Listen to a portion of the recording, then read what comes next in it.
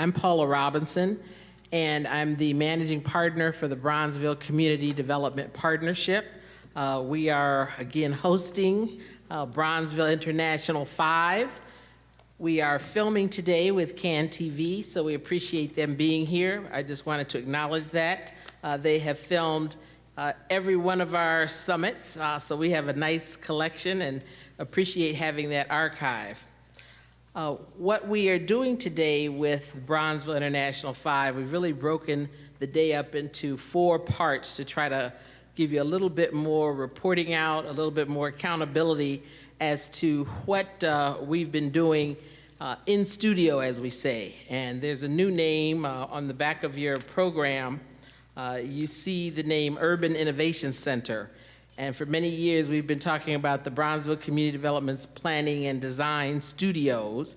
And the bottom line was that was a long name, and we wanted to look like we were moving into the next century. And so we decided to change that concept and call ourselves the Urban Innovation Center.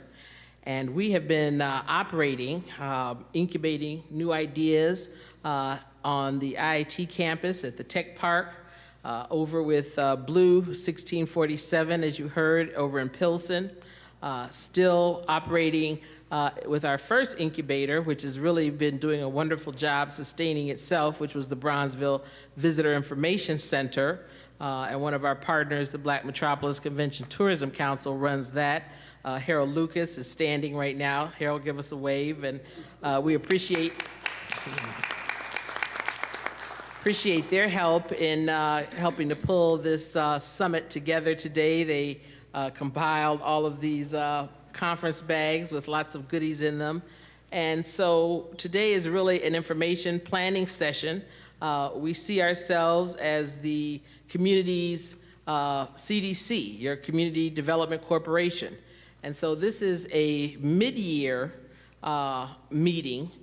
We realize that for the state of Illinois, they are now into their fiscal year for 2015.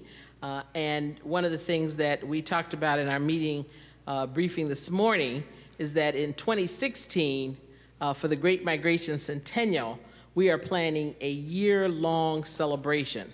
And so we know that we needed to jumpstart our summit this year, as opposed to starting at the end of the year. We've typically had the summits in the late fall, but for those that are here for the closeout of the summer, next week is Labor Day, we know that we need to start laboring now to kick off the campaign and all of the big, great, brilliant, wonderful, sustaining ideas that are part of the Centennial. So what I'd like to do is introduce our speaker from the governor's office and tell you a little bit about who's joining us. We're going to then have some overview discussion about what the Great Migration Centennial campaign is about, so that people can start getting a better idea of what's planned and what that entails. And then immediately following this session, we're going to be going to a breakout room where there are 10 round tables in room 194. In 194B, that breakout session, there will be 10 tables where you will meet the project managers that have been working on all 10 of the neighborhood legacy projects. So what we also did in our briefing today with the Great Migration Centennial Commission, we informed them that we were hoping that the governor was going to make those formal appointments today. Those are not being made today. What has happened is the co-chairs have accepted our nominations for the 25 people that we'd like to see helping us implement all of the campaign activities. And so they expect to finish the vetting of all of those recommendations and make those final appointments by next week. And they will be seen and available on the website. But there are several of those nominees here today, and Barbara will be acknowledging them shortly. So without further ado, I'd like for you to join me in welcoming Samantha Fields. Samantha serves as the Deputy Chief of Staff for the state of Illinois, working with Governor Pat Quinn. She transitioned from the governor's office in legislative affairs, where she was managing a legislative team for 10 agencies and commissions, including the Central Management System, Department of Labor, and Women, Children, and Communities. Prior to that position, she served as the legislative director for the Illinois Department of Transportation and as the assistant to the mayor of Chicago in the Office of Intergovernmental Affairs. She's earned her BA in economics from Spelman College. Her law degree is the University of Arkansas in Fayetteville, and Samantha studied international human rights law at Oxford University, performing what they call their externship with Walmart Corporation's Legal Defense Department. She's licensed here in Illinois and in the District of Columbia, so please join me in welcoming her with greetings from our governor. Thank you.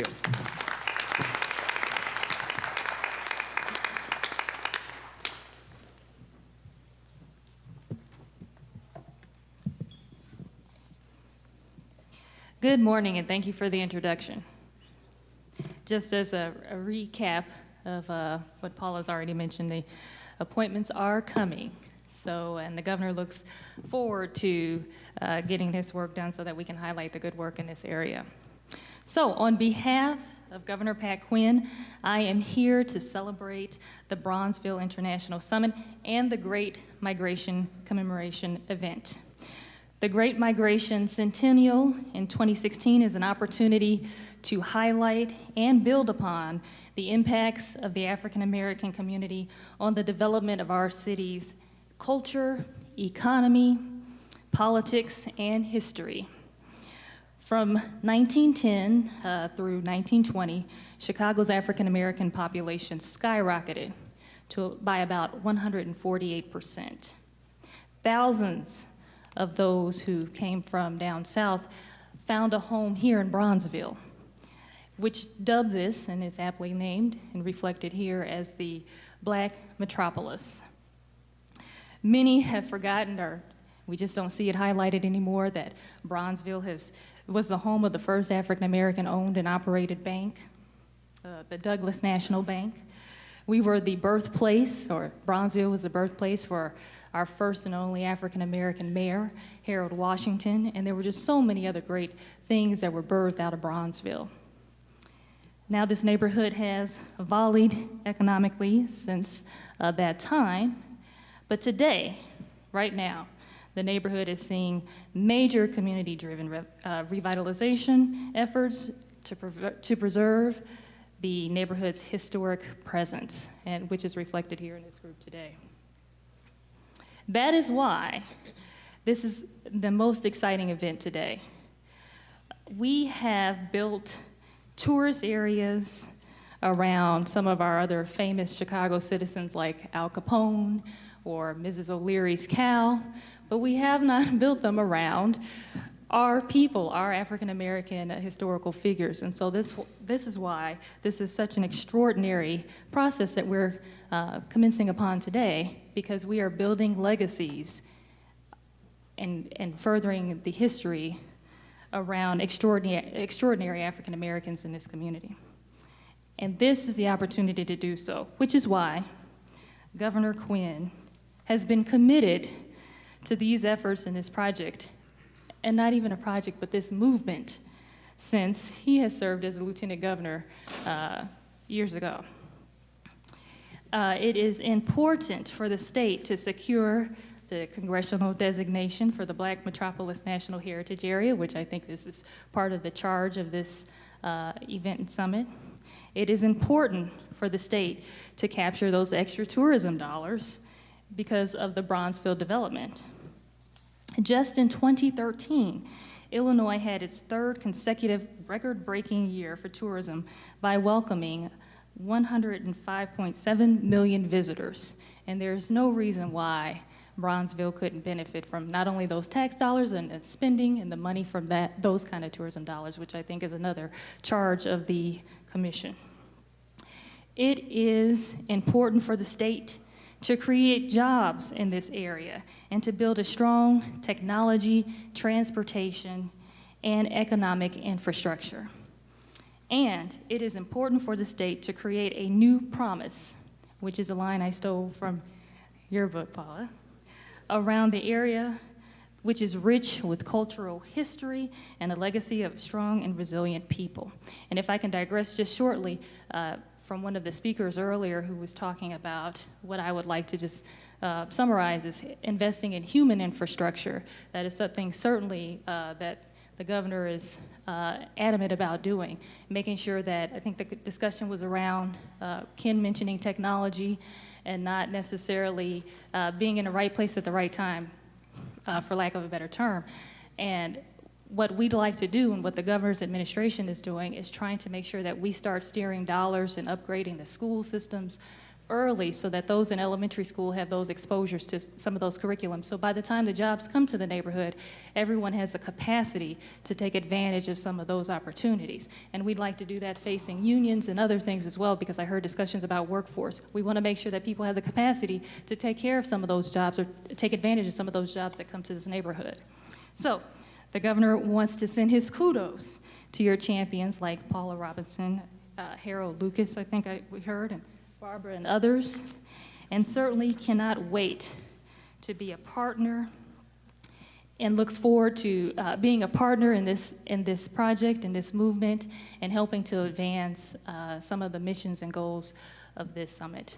Thank you.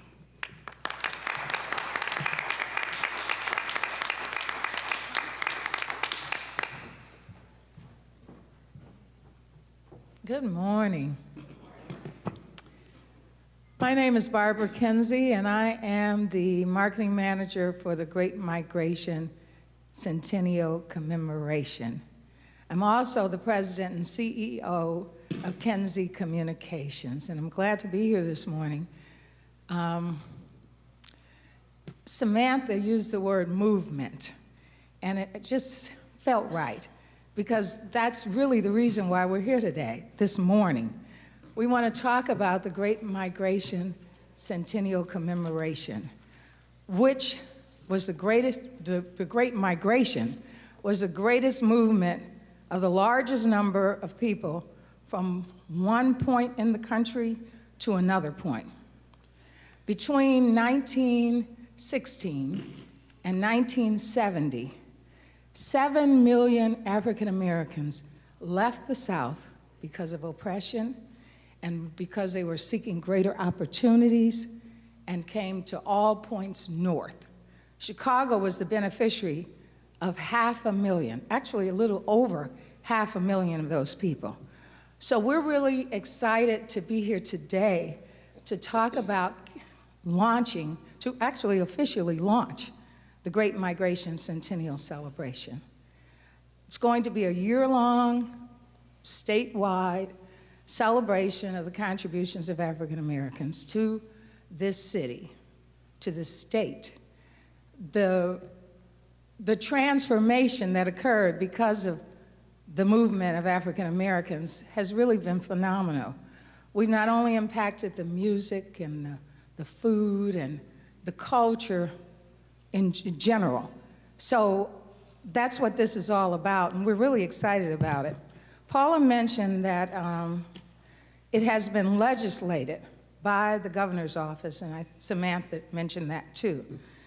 We'd like to thank Senator Maddie Hunter, because she was the one who brought forth the legislation, which has been authorized by the Senate Joint Resolution, the 98th Illinois General Assembly. And it says, quote, "To promote a deeper knowledge, understanding, and engagement in the life and times of the African American migration experience."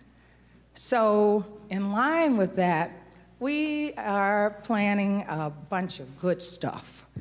It can only happen with the support of multiple organizations, some of whom are represented here. Our primary partners are represented here today, and you're going to hear from each of them individually.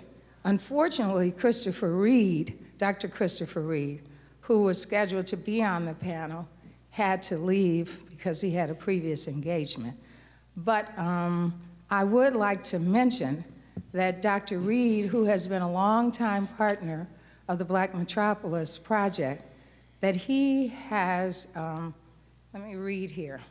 He is a part of an NEH-funded project, which brings together an historian, that's Dr. Reed, a literary scholar, a social anthropologist, and a digital media artist scholar, to produce a document, a book, on the social origins of Chicago's new Negro artists and intellectuals from 1890 to 1930. It's a really exciting project, and unfortunately, as I said, he could not be here to participate because he had a previous engagement, but you'll be hearing more about that. And there are a number of other major initiatives that are happening as we speak that will just feed right into the celebration of the Great Migration. Before I go a little any further, I'd just like to acknowledge the nominees to the Centennial Commission that are here in the room. We have Michelle Boone, the Commissioner of the Department of Cultural Affairs, had to leave, but she was here this morning along with Melissa Cherry, who is here, Pamon Rami, if you could all just raise your hands, Rod Joy of the Illinois Arts Alliance, he also had to leave, Lynn Hughes, and Eileen Makovich. Yeah, okay. And Cheryl Maynor. So those are just a few of the 25 nominees. So, okay, we're talking about a year-long celebration. We're talking about involving all of the cultural and educational institutions in the city of Chicago that can then develop their own programming that will feed into this theme of a new promise. Recently, in the spring, our partners, the Department of Cultural Affairs and Special Events, and Choose Chicago, brought together a number of cultural and educational organizations for a presentation to introduce them to the Great Migration Centennial Celebration Project. And it was really wonderful, the kinds of ideas that came out. The institutions who are already beginning to think about what is it that they can produce, whether it's an exhibition, a special program, a symposia, a conference, any number of activities that will take this theme, developing a new promise, and this broader theme of the Great Migration, and produce programming, exhibitions. You'll hear about some of that from the speakers, but just wanted to introduce you to the kinds of things. There'll be many opportunities for civic engagement. There'll be many opportunities for all of you to be engaged in one way or another. And so let me just give you an idea of some of the things. We're looking at education and community engagement through arts, history, humanities, social science themes. We're going to have public workshops, educational programs. We're talking about developing a speakers bureau where experts on various topics related to the Great Migration could actually go out and share that information. It's very important for us to work with youth. So we're looking at working with the schools, K through 12 curriculum development. Of course, none of this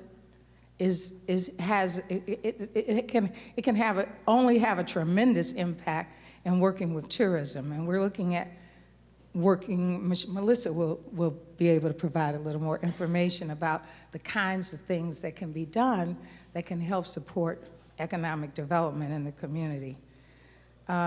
We will work with DCASE, and again, we'll get more about that, to feed into the festivals that are already existing, the blues, the jazz, the gospel, with themes that will help to flesh out this Great Migration Centennial.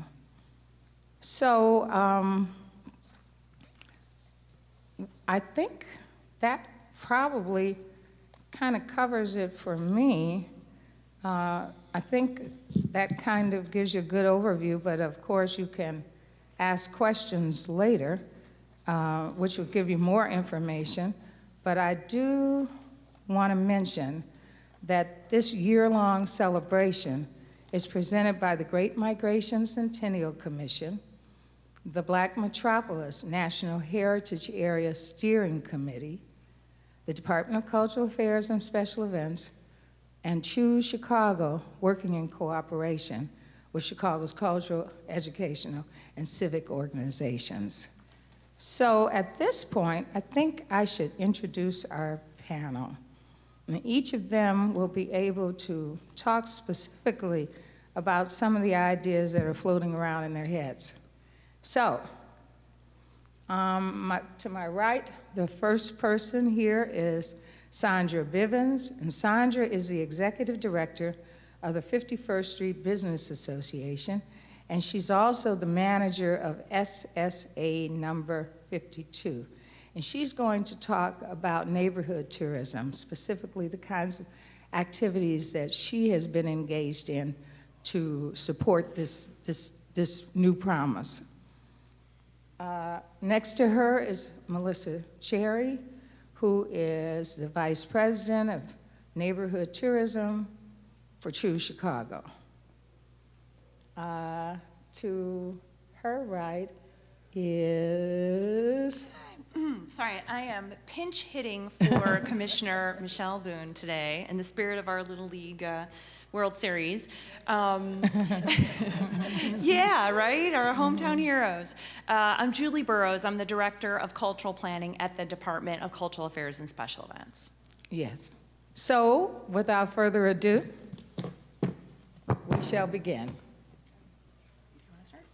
Sure.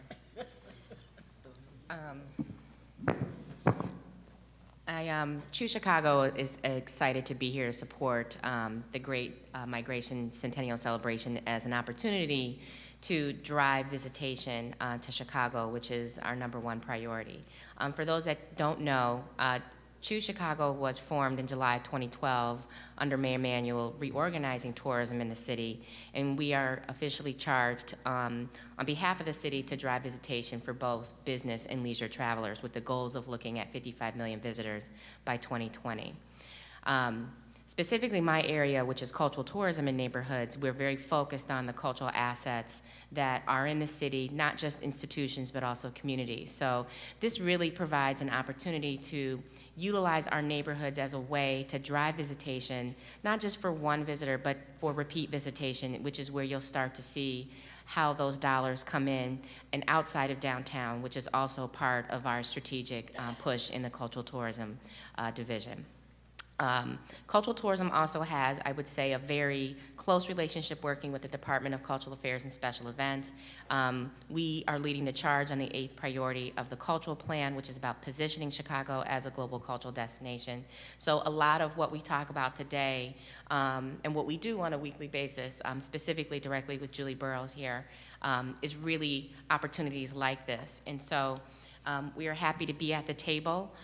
Things that we do in terms of promoting a celebration like this will not only just look at, regionally messaging to, communities like Detroit, St. Louis, Indianapolis, Minneapolis, but also looking nationally at other markets like San Francisco, Denver, Washington, D.C., and then internationally we have 10 offices. And so, making sure that visitors and people who are thinking about traveling to Chicago know about this celebration and all the festivities and signature events that are going on will be a priority for us. Great. And then, again, you're going to have to forgive me for, this was a very last minute substitution, so I'm not going to be able to be as specific as is ideal. I'll just be a little bit more general than maybe Commissioner Boone could have been. But I do want to talk a little bit about the big picture. And I oversaw the creation of the Chicago's new cultural plan and have been working with many, many partners to implement that plan. And the centennial commemoration certainly speaks to many things in the cultural plan, specifically leveraging Chicago's unique cultural heritage, to increase the awareness of Chicago's cultural assets to locals as well as to visitors. And there's another thing in the cultural plan about growing the capacity of communities to do cultural planning from within the community, and really see this whole entire effort as very closely related to that. We're very dedicated to serving as a convener and a sort of grower of capacity and sort of bringing together unusual partners. That's what we really see as a unique role for DCASE in this instance and in many others around the city. Certainly Choose is a big partner in that. So we continue to look forward to being the convener for the unusual suspects as well as the usual suspects, and trying to really leverage the assets that might exist in the community. The other thing that DCASE, of course, brings to the table is this incredible platform of festivals that we do on an annual basis. Next weekend is Jazz Fest. I'm sure you're looking at the schedule already and making your plans. Don't forget. But we have this incredible annual slate of large-scale festivals, right? Blues Fest, Jazz Fest, Gospel Festival, and several others. Those are really the signature ones that I think might have the most obvious relationship to the theme of the migration. And in the next year, 2015, obviously that's a great platform for promoting what might be coming in the year after that, in 2016. And then we can explore, in the meantime, how to weave together themes that really resonate throughout the 2016 festival year. So we're really looking forward to that. And especially in terms of the Gospel Festival, which, as you all know, a few years ago was moved to be happening actually in Bronzeville. This was very special and meaningful, and actually a little bit of a daring move on the part of Commissioner Boone. And so if we could hold the questions for the end, that would be great. So really looking at how can we be smart and mindful about pulling the pieces together in 2016.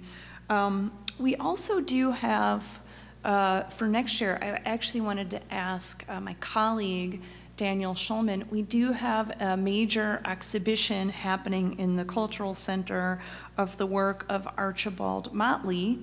It's coming a little bit sooner than the actual Centennial Celebration 2016, but that again might be an excellent platform for promoting what's going to be coming in the future. And I think that's about, maybe I'll end my comments there and then we can get into some discussion a little later on. Okay.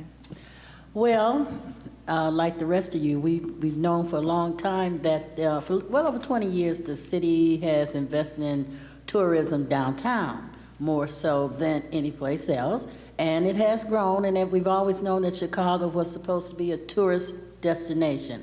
But we never, ever, kind of talk too much about how we as neighborhoods fit into the mix. So over the last several years, we've really been looking at all this tourism that's supposed to be developing economic development downtown, trying to figure out how we can get a piece of that pie. And with Harold and PAULA staying on the case ever since we wrote the Empowerment Zone 50 years ago, because some of that money was supposed to be part of the Bronzeville piece for the Great Migration, but a little piece of it did, so we were able to get the visitor center for Harold.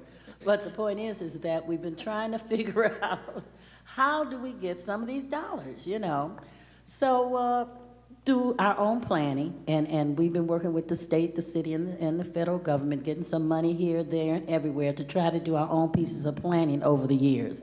We've developed partnerships with IIT and other organizations to try to figure out how we're going to get some of this money so we could build up Bronzeville, because they're saying tourism is going to be the new economic development piece for the city of Chicago, but we still have a lot of unemployment in our areas, and we have to figure out how we can make tourism work for us. So to me, Bronzeville is the perfect model of how we can take a minority area, specifically an African-American minority area, and turn it around utilizing the entrepreneurship that tourism can bring.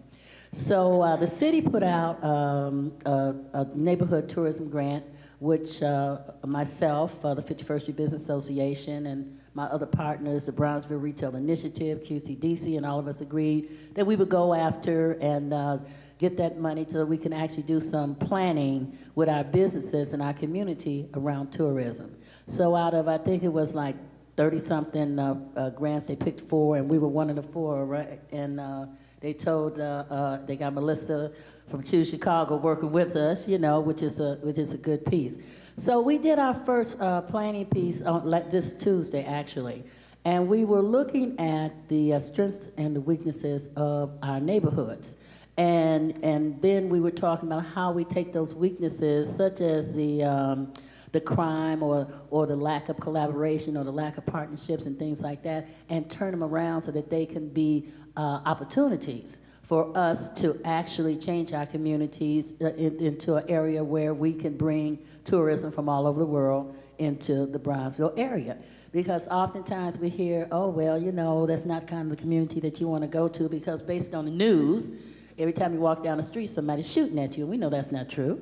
But if that's the perception, and that's one of the things that we talked about, the perception of crime in our neighborhood versus the actuality of what crime really is in our neighborhood, and that's a marketing piece that we're going to have to deal with, and we're going to have to deal strongly with, and we're going to hope that the Choose Chicago and the city is going to help us turn those images around from the negative to the positive, because we have a lot of history in this area. I mean, you know, music, even though you come to Chicago, you would think jazz started on the north side, and we know that it didn't, you know what I'm saying, because we brought it with us. But yet every other community is benefiting financially from things that we created historically. And so we got to start rebuilding our history and our community around our history. And we have to look at each of our corridors, and we're specifically looking at 51st, 47th, 43rd, 35th Street corridors as like our pilot corridors. Not that we're gonna forget 39th or 55th, but we're trying to look at some pilot corridors where we can actually turn them around using our SSA money, special service area money, you know, because special service area money are tax dollars that comes into our community, and we can do beautification, security, and you know, different things with that money. We're looking at our SPIF money, which comes through the TIF, the Small Business Income and Financing money, which can help us get money to these businesses so they can do some things inside and outside in relation, well, not inside so much, but outside in relationship to their facades, so they can make their buildings look better. We're looking at TIF Works money so we can give our businesses some training, so that, because you know we are a multicultural community, and a lot of these ethnic groups that are here have been here 50 years or more too. So they're not going anywhere either, so we have to train them. So when people walk in your store, instead of them saying, hey baby, they're saying good morning ma'am, you know what I'm saying? And these are things that we have to train people to, because they're so used to working with, you know, the neighborhood, that they forget that we're trying to do something different, and we're trying to make a change in how people perceive our neighborhoods. So we're looking at how do we use the city resources that are available to us, plus what we know needs to happen, because we've been living in these communities forever. We're very educated. Many of us are architects and historians and everything else. How do we take all our resources inside the community and those outside the community, put them together and build a viable tourist area? And this is what we're working on. And we got another, we did our first part 1, like I said, Tuesday. We had about 40 businesses in the room, and we're going to do part 2 next in September, because they're only giving us until December to finish this plan. And we're going to get it done. And we're going to have specifics, and budgets is going to go with these specifics. Now, of course, the question is going to be, other than some of the resources that we can get, how we're going to fund a lot of pieces of the plan. Because there's a lot of things that we have to do. Some of our neighborhoods need new lighting, you know, and you know, the city and the city council, you can only get so much each year based on your ward. But we need new lighting, you know, so that our areas can be more lit up. We need to sandblast our sidewalks and get all this gum and everything off our sidewalks, you know. So it's a lot of things that we need to do, and we got to figure out where the funding's going to come from. But I think working together, with the plan, we can come up with a budget, and then we're just going to have to figure out if the city is really sincere about helping us make Bronzeville into the historical district that it can be, then they're going to have to commit some money to us, just like they commit money downtown when they decided that downtown was going to be the thing. Then if we're going to be the thing, they're going to have to commit some real dollars to us so that we can really make some changes and turn our neighborhoods around. So anyway, that's just to start the conversation. Thank you, Sandra. Thank you all. See, that's the kind of energy we need in every one of these communities. All of you who are going to tie into the Great Migration Centennial commemoration. So, questions? Harold. Yeah, you were first. Here, there's a mic on the floor, Harold. Here. I just want to dovetail on her point in terms of where do we get our private sector support? And I'll give 2 examples. We just installed 100 megabits, which I don't know what that means, right? Station for Comcast. Eric White is in the room. And we said, well, you know, we're going to increase our phone bill by $250 a month. You know, how do we leverage this opportunity with other groups and build capacity off that hub, right? We're doing a Uber training session next week at the Bronzeville Visitor Information Center. Uber is an $18 billion, it just went on the market at $18 billion in several countries. It's a major transportation infrastructure. So how is Uber bringing resources into our community and partnering with the local groups, right, to bring financial resources and opportunities as it relates to the South Lakefront region of Chicago emerging as its tourism destination. So I think that's a major component of private sector investment to nonprofits to build human capacity from the bottom up. I agree, but also I want to say this too.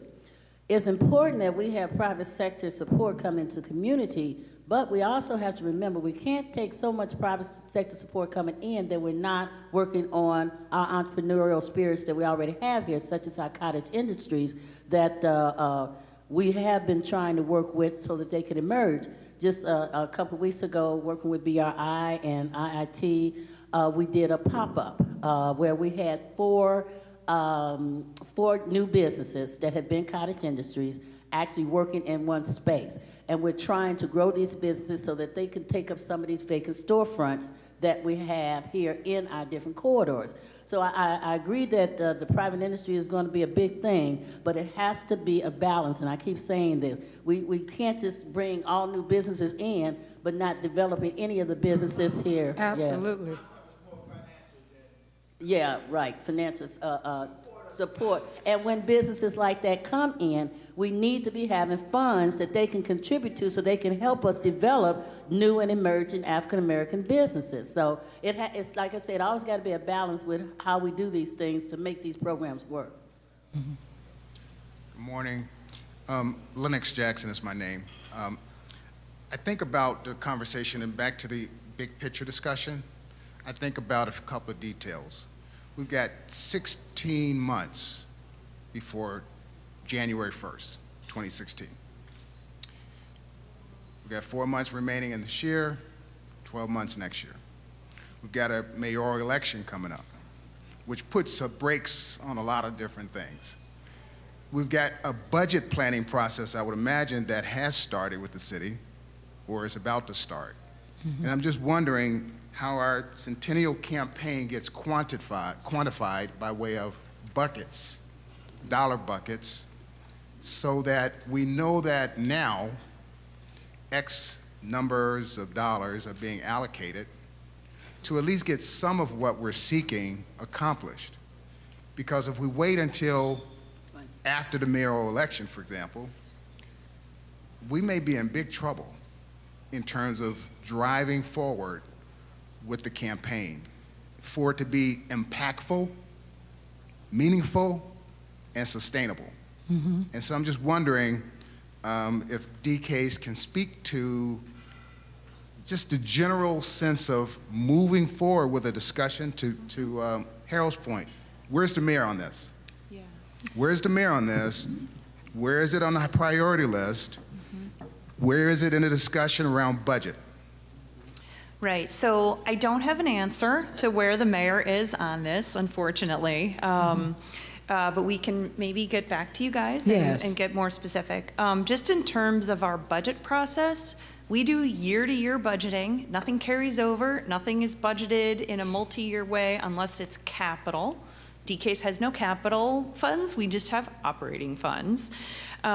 We submit our budget requests in June. Then we go through an analysis and a budget hearing in October. And, you know, the picture is not great. The economy seems to be recovering. It always takes the municipal coffers several years later to see any benefit from an improving economy. So quite frankly, we're at level and we have to fiercely defend every single dollar. That's the reality. Within the cultural sector.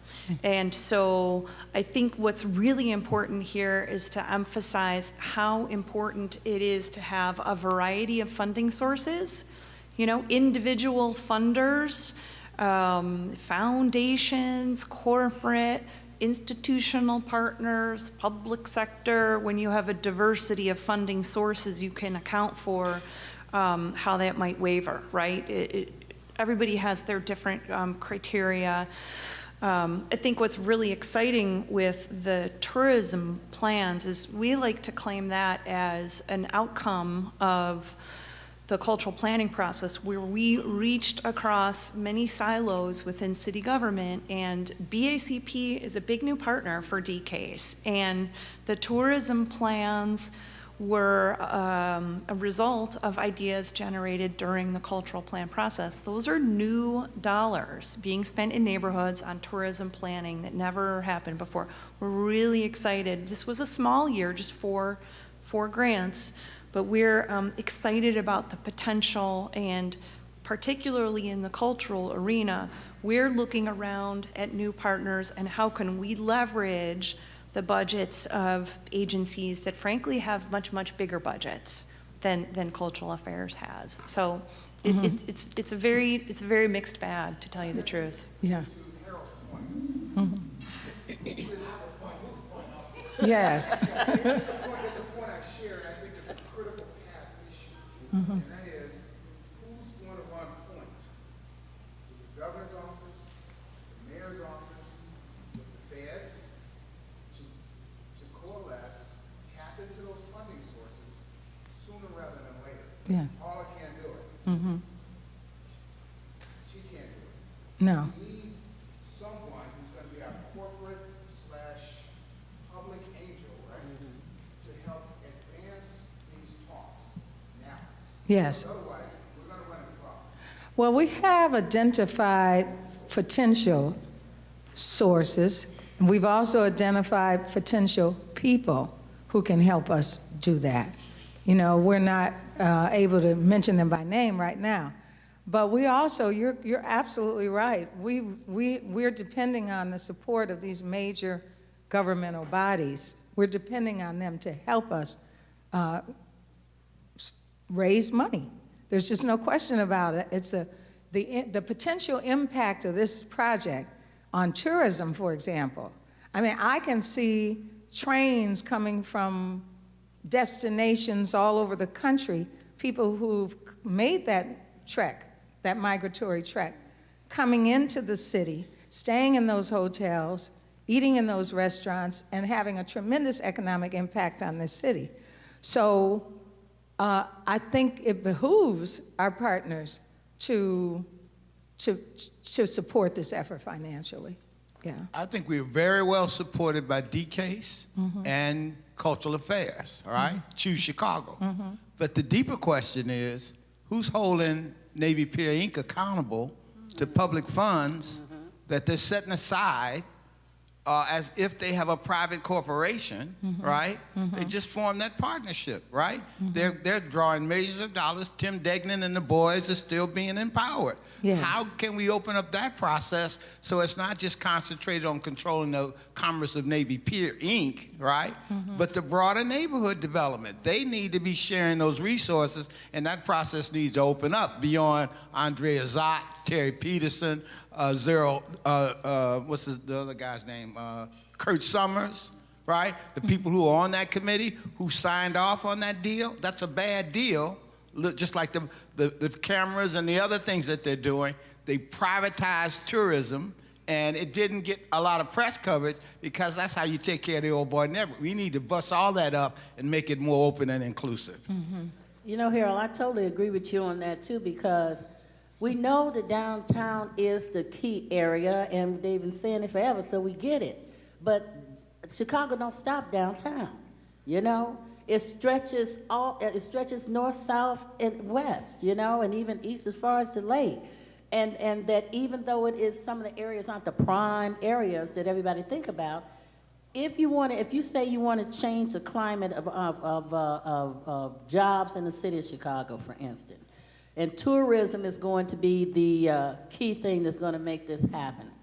Why are there no investments in manufacturing, where we're manufacturing our own souvenirs and things like that? We got tips. We got vacant land and everything in Inglewood and Washington Park. We can hire hundreds of people and put them to work instead of them buying all these souvenirs that they're doing that they're selling downtown.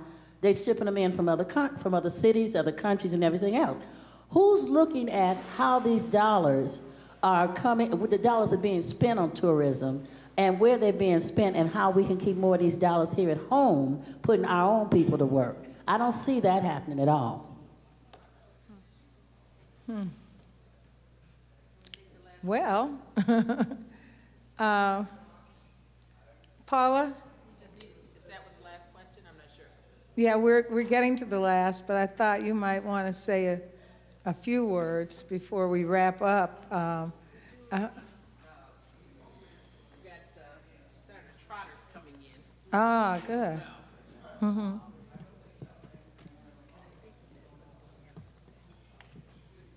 And we're going to have a couple of people that are joining us throughout the day. I guess the main thing is to know that these questions are not only being asked, but strategies are being developed. And so what we have learned is that when we recognize our needs, we need to address them in a way where we can start seeing ourselves as just that, what Harold's talking about, travel professionals. One of the things that the Illinois Bureau of Tourism has, when you go to the site, Enjoy Illinois, you can go down to the bottom and there's a tab that says Travel Professionals. And we want everybody in this room to start seeing themselves as that. We are really trying to get Bronzeville visitor ready. And visitor ready means everything. I mean, it means what Sandra's talking about at the street level. Not only did they just have a pop-up where they were encouraging, you may have talked about this, but you know, where you're saying to craft businesses that, you know, there are a lot of vacant storefronts and people want to come here and experience what we do when we go places like the islands. We're looking for something that is unique, that is the local color, that whole flavor. And so what we've got to do is to make sure that we're making those connections. One of the things that has always stayed with me, looking at some of the research on what we call this cultural traveler that's doing this heritage tourism traveling, the fastest growing segment in the travel tourism industry. When the visitor comes here and they go to the cultural center and see an exhibit on the blues, they are a cultural traveler. When we have worked to preserve Muddy Waters House and to put the Chicago Blues Museum in Bronzeville, what they are doing is they're experiencing where the electric blues came and was developed. And that is a heritage tourism traveler. So we work together in this area of cultural heritage tourism, but one of the numbers that have always stuck out with me is that we have found that our cultural traveler, and I know this to be true particularly for African-American travelers and minority travelers, when they come places like Chicago, we're in the largest convention center in the country. And you know, there's not a lot of us in this room. This is a big room to fill for a meeting, and folks say, Paula, why are we here at McCormick Place? You know, we're here at McCormick Place because McCormick Place is in Bronzeville. We're here at McCormick Place because when people come off the expressway, come from our international airport at Midway Airport, and they see the signs pointing to McCormick Place, they also now look over and see a portal that says Bronzeville. We're going to be giving an award this evening to Jim Riley, who's been on both the MPA side, the Metropolitan Pier and Exposition side, as well as the Convention Bureau side, who's always understood that McCormick Place is in Bronzeville. They are our corporate neighbor. And what we've had is the challenge of figuring out how do we get the thousands of people who come here every single week into a neighborhood that they've heard about. When I was growing up, my father was involved in doing a lot of this kind of development in these islands. And what they would work with is if they had an airport, if you could get there on a landing strip, they were ready to do a hotel. You know, you talk about local culture. Here's one restaurant. We've got tourism. We have so much that I think we don't know what to do. And so we certainly have been recognizing that you have to take baby steps. But right now, Bronzeville has the largest concentration of all the city's historic sites just within our heritage map alone. More than 49% of all the city's historic assets, the landmarks, are in our Black Belt. So we've been reaching out and talking to not only the partners that have been working with us, and I think you're right, Harold, we've had some good partners. They can't do it alone. They're letting us know that what they do is they reach out to other corporate partners. I had a benefit of going with the Illinois Bureau of Tourism to China when we thought we were going to get the Olympics. And what we realized is a lot of those same companies that have decided, hey, we're either going to go global or go urban, that are there, are our home-based companies too. They are the other travel companies. They are the United Airlines. They are the Hyatt Hotels. You know, these are the travel companies that are right here, that are the, you know, the Orbits and people who have made a home here that we have just begun to talk to. So what we're going to be doing is carrying this discussion now to the breakouts because my friend Kenneth from Blue, I've adapted, picked up a little his language. He calls it real talk. He says, I do PR talk, and I do. I'm a PR person. But then he says, let's have real talk.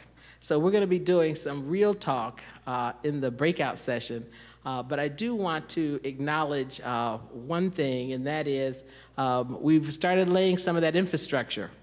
We have a wonderful community web portal called at the Bronzeville Visitor Information Center, but we started to realize that while we have a great page on our history on the Choose Chicago website, we have a great page on our history on the Enjoy Illinois website, that we want to link that page so that they can get even more into community, and we thought that we needed to start with technology. So one of our announcements today is that we received a grant called the Marketing Partnership Grant. MPP is what you'll find when you go to Travel Professionals and find out about these grants that you can write for and find a match and get the funds. We were awarded that grant to develop a new website called Visit Bronzeville. We work with Blue 1647 and others to get it up. And Jim has the screenshot on the screen now. It's a beautiful site, has one of those that's very video production oriented because we're going to be doing a lot of social media to really be able to pull more visitors to the site who will be seeing not only what's going on and some of our wonderful locations, but also just keeping up some social media and talking to people on a regular basis, because a lot of the visitors that are coming to visit Bronzeville are also coming from other neighborhoods. They're coming from around the 5 states where we want to align with some of the things that Choose Chicago is doing. And if we can go back up just to that middle section, I'd like to maybe show one of those videos if that comes through. I'm not 100% sure we have sound connected for this particular deal, but let's go to in that video. This is the video section right there. You're there. This says what's happening. And if you scroll down a little bit, that's where I'm going. That is Taylor Moore, someone that we really helped launch at the 51st Street Business Association by trying to keep live jazz going. And I want to congratulate Sandra Bivens, because live jazz happens on 51st Street every Thursday evening at the Brown Derby Jazz Review. At the old Great Lakes Elks Lodge, which is a 100-year-old lodge. When we met Taylor Moore, she had just graduated from Champaign-Urbana, and said, I want to come down here and play with some of you older musicians and just jam. And we realized that she was really a gem. So I'm not sure if we have the speed for this, but if we don't, I hope that you will bookmark this site. It's just coming out as a beta site. It's Visit Bronzeville. We are in a hotspot, but I right now am operating off of what is called complimentary Wi-Fi. And so that allows you to check your emails, and it also allows you to surf the net. We may need a slightly higher speed to do those videos. So that's on PAULA. It's .com. It is. So please, this is really just a preview today of what you're seeing. We have been taking wonderful videos throughout the community of local businesses and people talking and really communicating why to visit Bronzeville. So I hope that you will bookmark it. We went live just this weekend. I'm sure there may still be some glitches, but I think thus far we've been getting some really good responses from it. So we're on the way. So now we're going to clear this room because we're going to get set for a wonderful lunch. But I do want to take a moment and thank the Metropolitan Pier and Exposition Authority, MPA. They were our lunch sponsors, and it was delicious. So let's give them a round of applause. I know that people are coming and going throughout the day. So if you hear me mention our sponsors several times, it's because we appreciate them and want to make sure that we thank them early and often. And so I'd also like to acknowledge 2 other people that have been the sponsors of this event that are both in the room. And one of those is the Illinois Institute of Technology, IIT. Leroy Kennedy, please stand so we can thank you. Leroy is here with his staff at the table, and they have been assisting us in a number of ways, and Leroy will be participating in a panel later on this afternoon. I also want to thank and recognize a new sponsor, a new partner with us, and that is Prologue Schools, Inc. Dr. Nancy Jackson is here. Thank you for your sponsorship. We really appreciate it. So without further ado, what we would like to do is introduce a couple of things that are going on with us and what will be happening for the rest of the afternoon. I keep referring to our little chart on the back of our program because we have added to our family of companies and entities a foundation called the Obama Campus Foundation. The actual name is the President Obama Library and Museum Campus Museum. And so within our umbrella of the Bronzeville Community Development Partnership, as we started to look at what could happen within what is known as the Bronzeville TIF, the support that we have from the community and the interest of seeing that site become one of the sites that were a part of the bid for the Obama Library, we really picked from a variety of people, some people that are on the steering committee for the Black Metropolis National Heritage Area Commission, others that are working at the neighborhood level, some that are working with the Centennial, working with us in technology, doing some of the things that we saw earlier today with Visit Bronzeville, and people that we thought would really bring something to the vision of having the Obama campus at the Michael Reese site. And so as we began to talk more about that, one of the things that happened, and they said, well, if you guys are really serious about that site, you're going to need to raise money, and to raise money, you're going to need to be a foundation.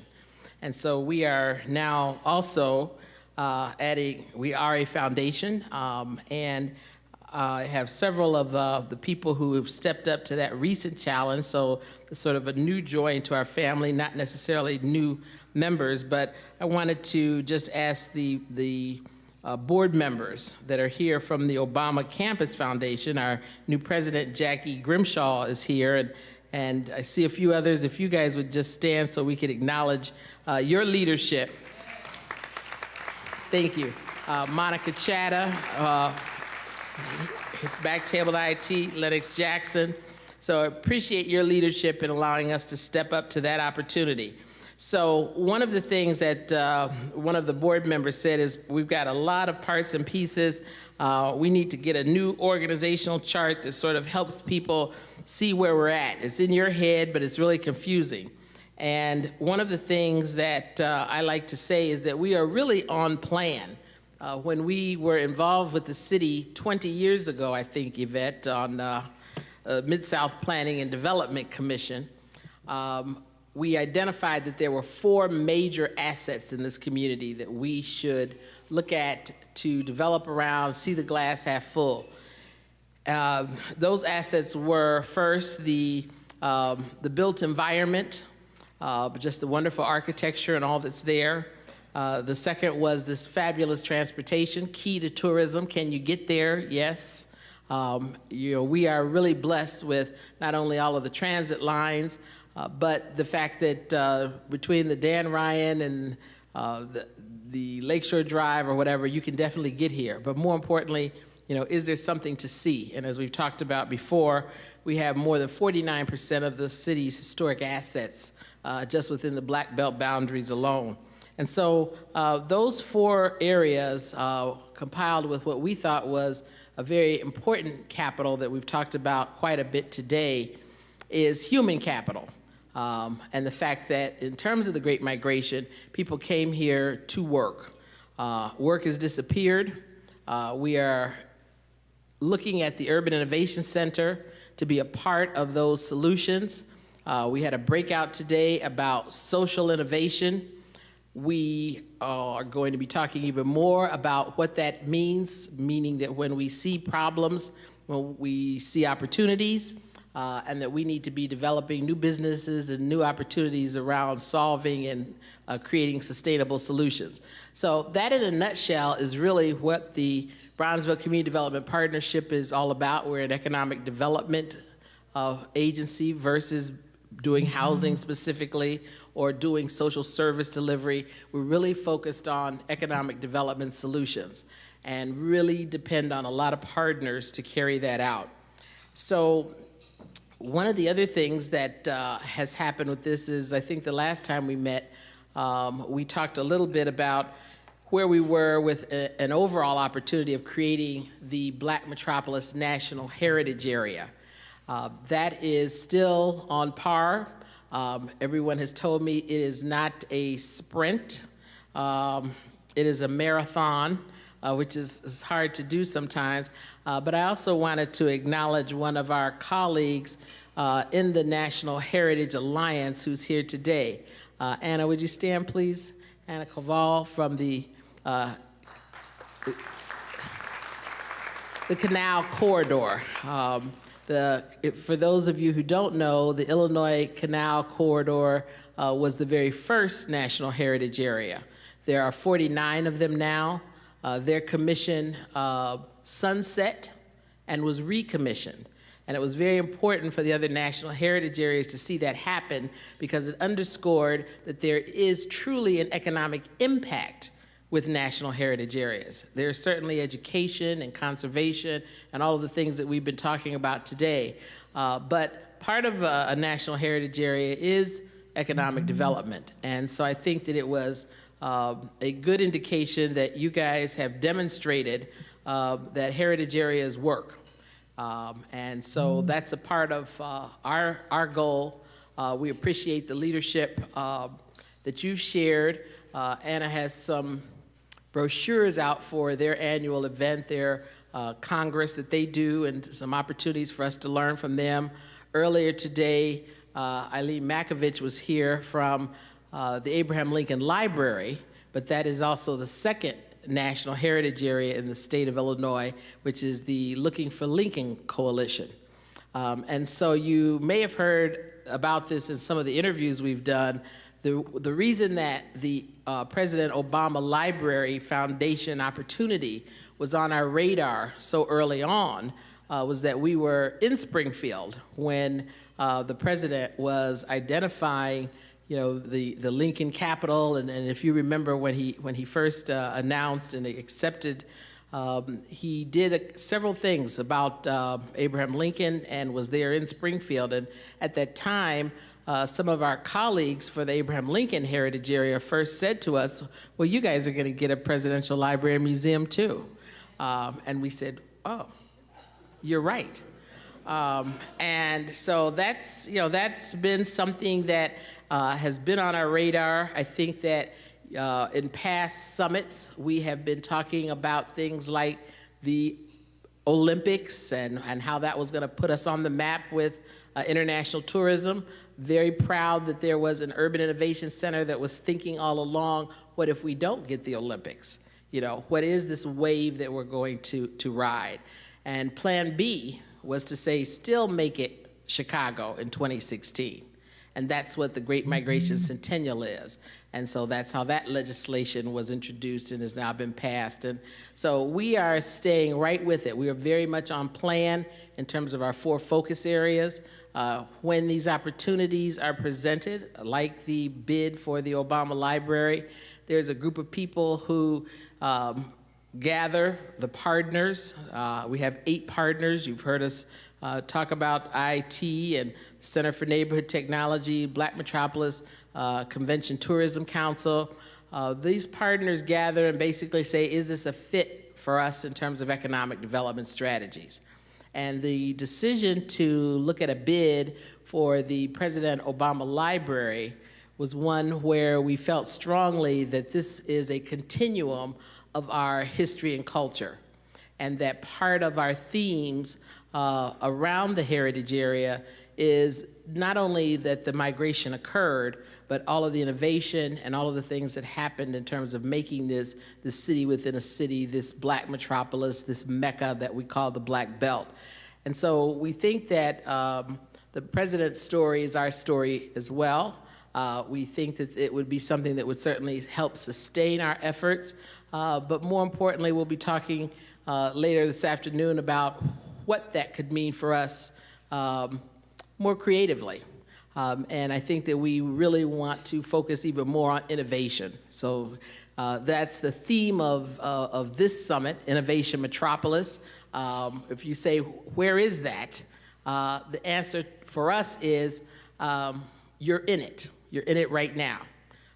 We need to recognize, we call this Zone 1 in terms of our heritage entertainment zones. We follow a strategy that the Illinois Bureau of Tourism had suggested, which is to really identify, when you have a big area as large as ours with a black belt that ranges from 18th Street to 71st Street, the recommendation and just good practice is to identify zones and what they refer to as anchor attractions.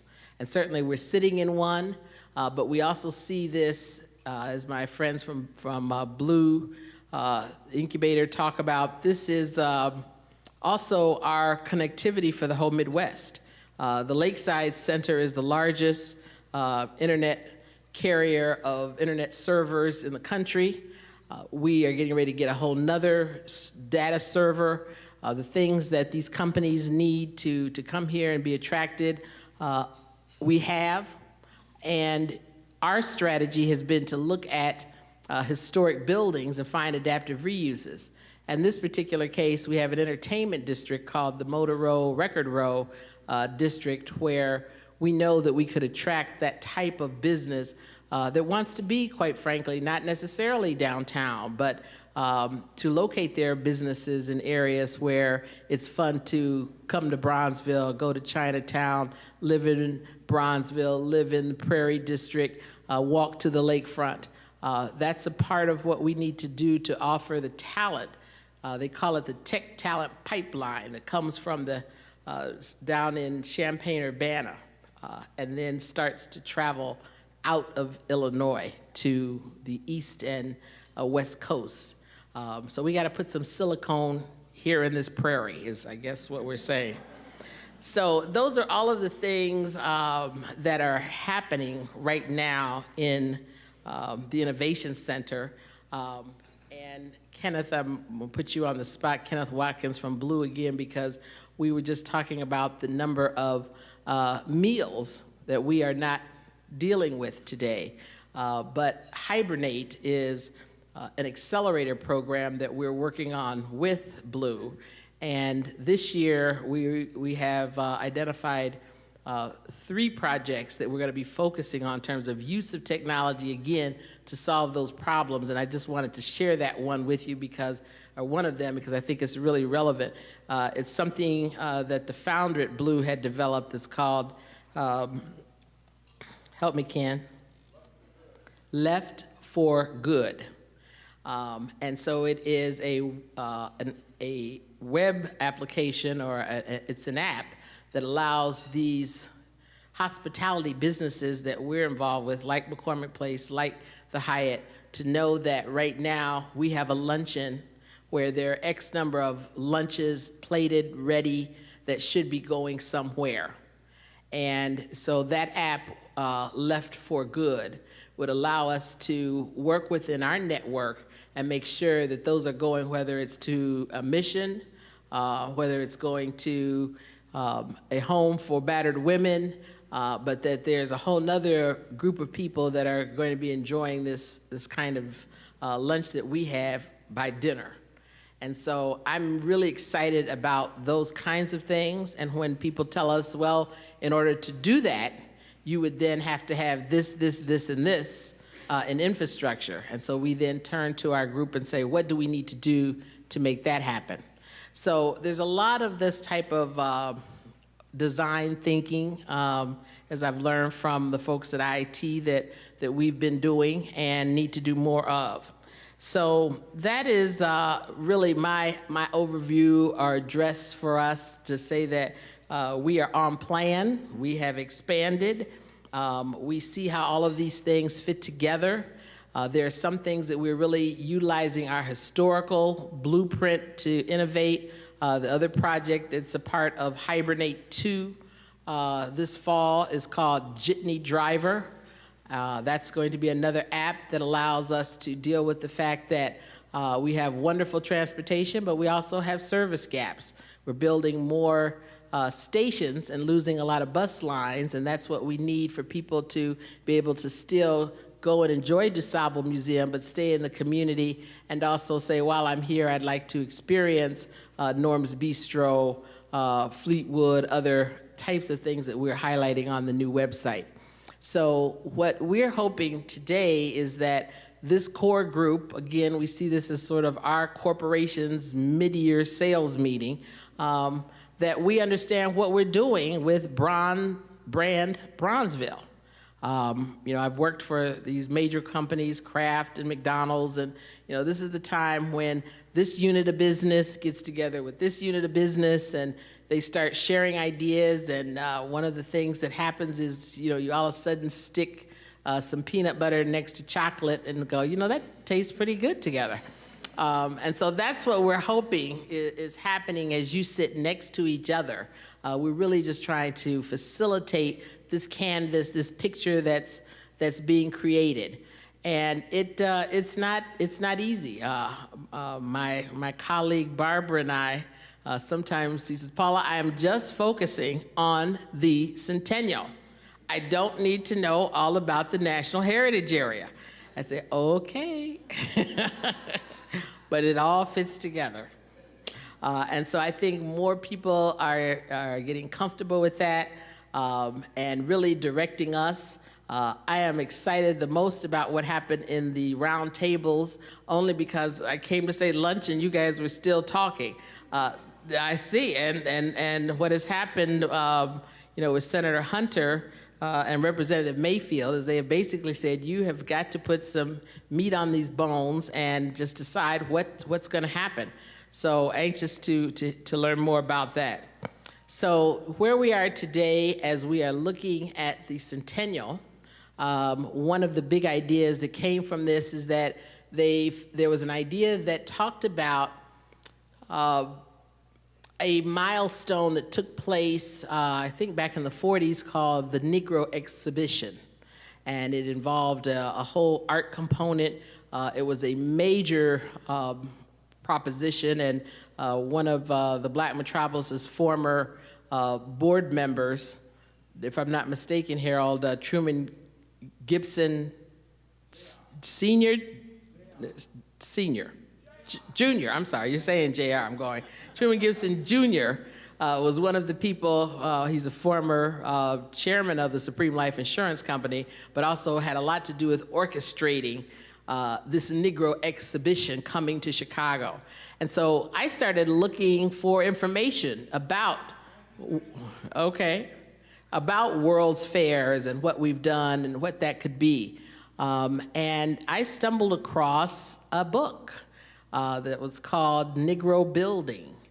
And that's how we got introduced to Babel Wilson.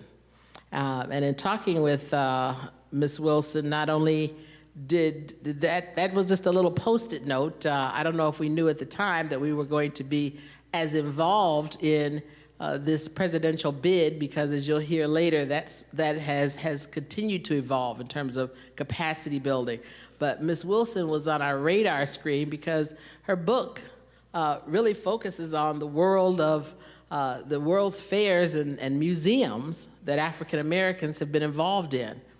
And so when I contacted her, what was particular interest too is that I was kind of describing who we were and what things were going on, and she's like, I know you guys, we know your people, we know each other. He's like, I know Marshall Brown, we certainly know Theaster Gates, and as a matter of fact, one of my good buddies who runs the Public Housing Museum is there in Chicago as well.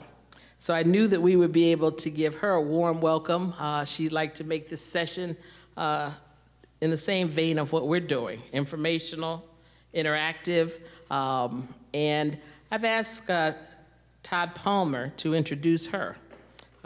In the program, it says that Todd is the executive director, but he's actually the interim director, but I don't think that that's for long, because his full title is Interim Director and Curator, Creativity and Public Engagement.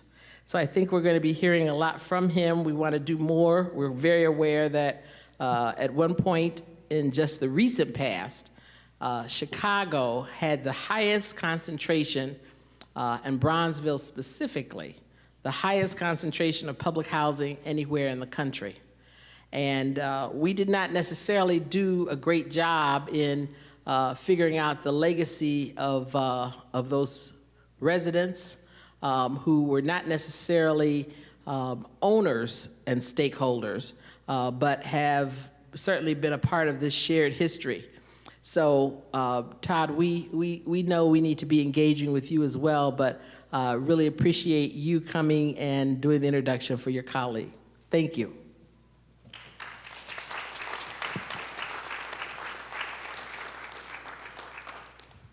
Well, thank you, Paula Robinson, for inviting me. I'm very honored to be introducing a thought leader really without parallel in the country, with insights on the intersection of history and culture of African Americans and really American history with that of the built environment. Mabel Wilson comes to us today from Columbia University in the city of New York, where she serves as the Nancy and George Rupp Professor at the Graduate School of Architecture, Planning, and Preservation. There she also directs the Program for Advanced Architectural Research and is a senior fellow at the Institute for Research in African American Studies there as well. Mabel is an award-winning designer and scholar who's an architect in her own right and has a collaborative design practice that's worked on a variety of both speculative and built projects. The Way Station is a meditation on African American migration, and that's in the collection of the San Francisco MoMA. She's also done work collaboratively on the Manhattan African Burial Ground with Dean Wolfe Architects and the Smithsonian's National Museum for African American History and Culture with Diller, Scofidio, and Renfro. Ms. Wilson's probably best known, however, for her extensive publication history, and there's just a few titles I'll read just to illustrate the kind of provocative and original way that Mabel thinks about the issues that she brings to light. So Dancing in the Dark, The Construction of Blackness in Le Corbusier's Radiant City. She wrote Between Rooms 307, Spaces of Memory at the National Civil Rights Museum. And of course, today she'll be talking about Negro Building, Black Americans, and the World of Fairs and Museums that was published in 2012. Mabel received a doctorate in American Studies from the New York University in 2007, but our paths actually intersected in a very personal way when we were both completing our Masters of Architecture Design degrees at Columbia in the early 1990s. Mabel was actually a few years ahead of me at that time. At a time there were very few African American students and even fewer faculty. I almost can't think of anyone.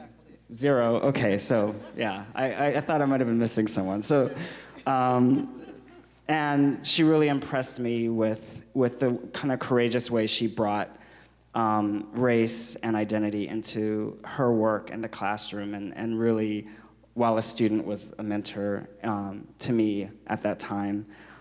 So it's no surprise that she's continued to investigate space and cultural memory in Black America, race and visual culture, and new technologies and the social production of space.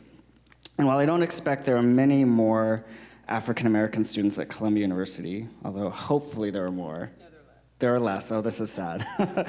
But thanks to Mabel, there are certainly now scholars that are blazing a trail and ensuring that students of all backgrounds actually are thinking about the built environment through a lens that has never really been so well articulated before.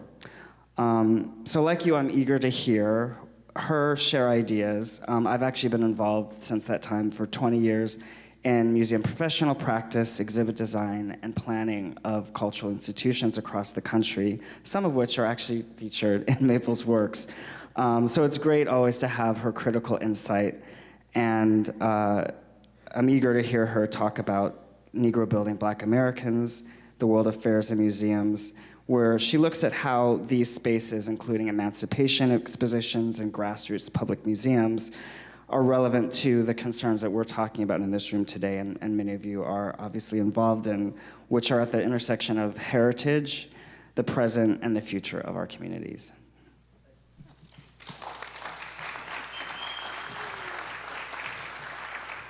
Thank you very much, Todd, for that really lovely, lovely, lovely, lovely introduction.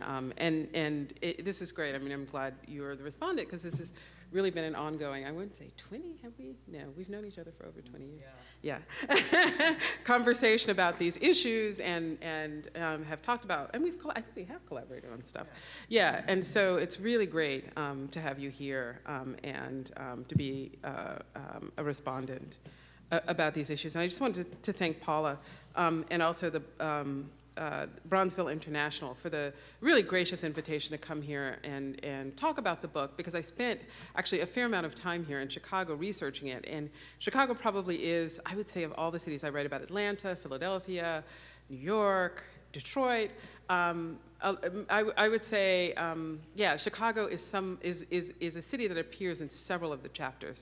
So what I'm going to do is sort of highlight Chicago later on in what I'm going to show you guys, and then sort of talk about how it fits into this larger trajectory, of which I think the kinds of things you are all doing out there is a part of that story and that history. And what I think is really impressive is that Bronzeville and the Black Belt has a story to tell. It has a story to tell to its community, it has a story to tell to the city, and it has a story to tell to the US and to the world about who's lived here, what they've produced, what they've shared with each other, and why that's relevant for it to be heard. And I think a lot of the times the problems with questions around Black heritage have to do with how that story gets remembered, not from one generation to the next, but how places tell their stories, and why being able to claim that space and that place is really critical and important. So anyway, so I'm going to just launch in and really just kind of talk about the images, and hopefully we'll have time for a Q&A, and I'm going to try to really roll through this, so I'm going to get moving. So this comes from my book, Negro Building, and which I think Todd accurately presented, is a kind of intersection of the scholarship that I've done, the kind of research and the writing, but also about design practice, about how one actually builds. And I think the thing that architects do is we think about building in the future, like how we want the world to be, but always that future is based on how the world currently is and how the past has made the situation that we're in. And so I've always been fascinated about the history, primarily, also because I think, as many of us know, Black Americans don't talk readily about our histories because it's complicated, where we come from, where we are. My parents came from North Carolina, and we ended up in New York and New Jersey. That's our trajectory. So I don't really have long-term family roots here in Chicago. And so for me, it's been really great through the research, finding more about that history, about that different sort of trajectory of the great migration from the South to the North. So one primary interest of this project was to understand how is it that to claim space, which can be a territory, literally a building, a city, or a nation, is also to claim power. So space equals power. Another was to understand how concepts of race, but really racial difference, how that gets calibrated, who belongs where, what, when, and why. How racial difference and its social practices, that segregation, which then becomes redlining, various forms of racism, facilitate those claims to power, so that how racial difference is also productive of power relation, who has power, who doesn't. And I finally wanted to know in Negro Building how the project of progress, right, we're always moving forward, the idea that man advances through something called civilization, drew on the spaces and the social spaces of this kind of phenomenon of race and space, such that there were those who were going to lead civilization forward, and then there were others due to their inferior dispositions of mind and of body that are going to fall behind. And that's really what Negro Building does. And it talks a lot about race and about nation and about progress and the ways in which African Americans fought for social and economic justice and equality. So I'm just going to go, so this is progress, and so I'm just going to go through some of the things that sort of inspired me. The seeds of the project were planted in observing what went on in the African burial ground in Lower Manhattan in 1992. I was interested both in the way in which historically, it was a site of internment in the 18th century because Black Manhattanites couldn't be buried in the city limits, but also the contemporary politics of how the bodies were going to be dug up so the site would no longer even be historical. So literally the history was being disenfranchised from its place. So that really is what sparked, I think, my interest. And then I just started, this is what the site looked at before the memorial, which is a really great one by Rodney Leon. We didn't win that project, but Rodney, I think, did a really great project that's there.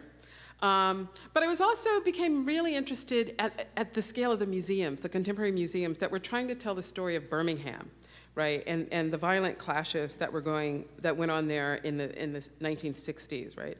And the way it gets remembered through the monuments. This is the police and dog attack monument, but also buildings like the Birmingham Civil Rights Institute that was designed by Max Bond, right? So they're buildings that now tell the story and claim that space.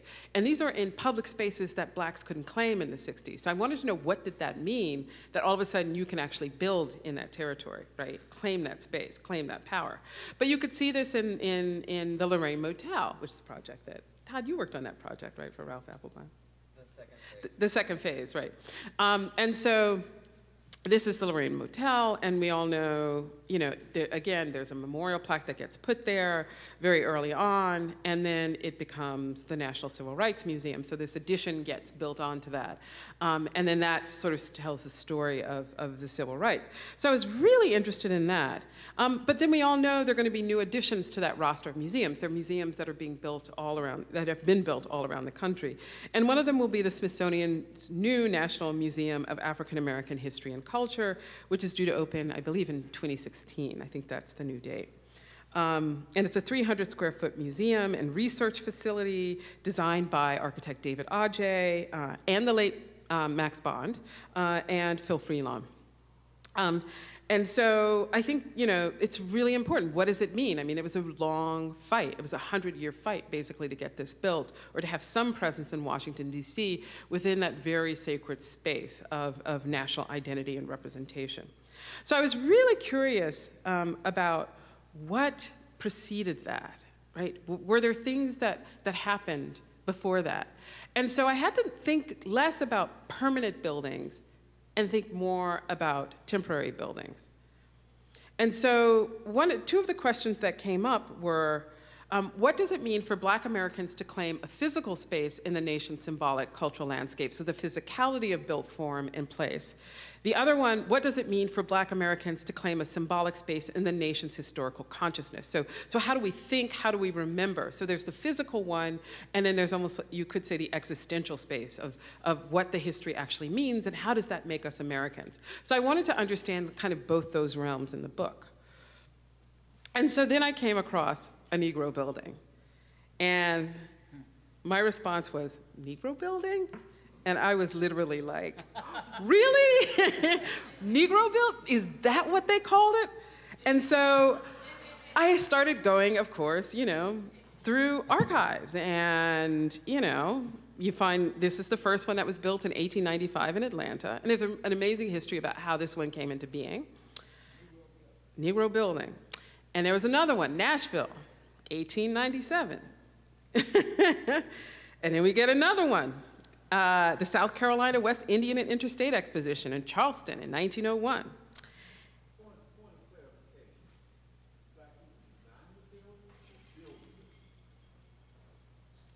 That's the story I'm going to tell you. Because on the three that you see, I'll tell you this ahead of time. This was designed by a white architect named Bradford Gilbert, who did the second Penn Station. This was designed by Bradford Gilbert as well. So there are all of these linkages about how these architects get to build these buildings. Now, Booker T. Washington said, no. My son-in-law should build this one. So William Sidney Pittman actually designed this one by 1907. So this was actually designed by a Black architect. But typically it was Black labor that built these buildings, because that was a hallmark of what these buildings were supposed to demonstrate, right? And believe it or not, the last one was the Hall of Negro Life at the Texas Centennial in 1836. So yeah, so there was a kind of long, and there were a couple of other ones that I don't write about in the book, but that were also built sort of within that early history. And so I had to figure out, well, what does this tell me? Like, what does the story of this exposition tell me? And so I started to look at World's Fairs more broadly. I started in the first one in the US, 1876. This is the International Exhibitions of Arts, Manufactures, and Products of Soil and Mind. Who knew it had that long of a title? But this was a centennial exposition. And they took up huge amounts of space in the city. They were central. People came from all over the world to actually see the kinds of exhibitions. And literally, it was a world in miniature collected in one space. And the Black community in Philadelphia, which was a long one, had been there for a while, wanted to show here. We wanted to show what we've done since emancipation, but that wasn't going to happen. Although there was an appearance by Frederick Douglass on the platform of the opening ceremony, although he almost didn't make it because they didn't believe he belonged there. There was a great sculpture by Edmonia Lewis that was actually shown here. So there were appearances, but again, it was about manufacturing and production. This was a famous engraving that was shown. And what was critical for me in beginning to understand this was the degree to which the understanding of national identity was racialized. This is where race and nation and progress. And you could see America, there she is, full bosom, she's standing in her star-spangled dress. And the woman that's standing next to her, the other fair-skinned woman, is Europe. She's got her imperial purple robes, and her hand is literally resting on the shared heritage, right? That's marking the shared European and American heritage. Now you could see the Native American, there he is, he's leaning on his knee, looking for guidance from America on what we're going to do with our lands westward. And that's literally what she's doing, is she's pointing westward. And so you can see the conveyances of rail and steamboat, factories, everything that is going to basically manifest destiny, move the nation westward. And then you see to the east, there's Asia, she's timid and she's in green. And there is Africa back on her haunches with a quiver of arrows, not representing any kind of production, right?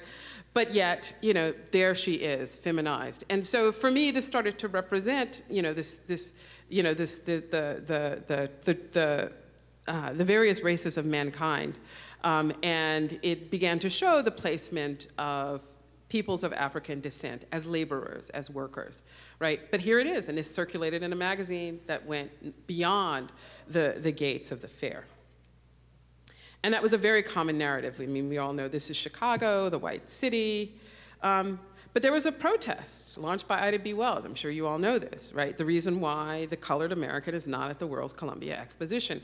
Contribution by Frederick Douglass, there was a contribution to this by her husband, contribution by a guy named I. Garland Penn, and they were all trying to say, why was there no cohesive representation of Black American accomplishment in this fair, which was meant to be a historical one to celebrate the founding of the nation. So we have one that's about the production of the nation in Philadelphia. This one's about the history, and African Americans were not allowed to be present. So here came Atlanta, who said, well, wait a minute. We're going to show the world what we can do because we couldn't be up there in Chicago in 1893. So the Atlantans did their own thing about trying to show how well Atlanta was going to be positioned as the new South, as the new little Chicago, right? Because it was a railroad terminus. So all of the goods were going to come through Chicago, going north, going up to Chicago, and going west. And so they imagined what was going to be the labor force were not those rebellious immigrants, the European immigrants coming in Chicago. Southerners didn't want anything to do with that. They thought, here we have this large Black population, we're going to put them to work in our factories. So the organizer of the Atlanta Exposition actually gave monies for the first Negro building. And so these were the work crews that actually basically built the park of Piedmont Park. That's where it was initially held. There's a whole story about how Piedmont Park comes to be. There were earlier expositions, a planned colored exposition that was supposed to be there that never happened. That's what led to the formation of the Negro Building. But there was also a lot of conflict in the Black community of Atlanta about the use of convict labor as well on clearing the sites. And blacks in Atlanta also recognized that if we take a separate building, are we accepting Jim Crow segregation? That was a huge debate.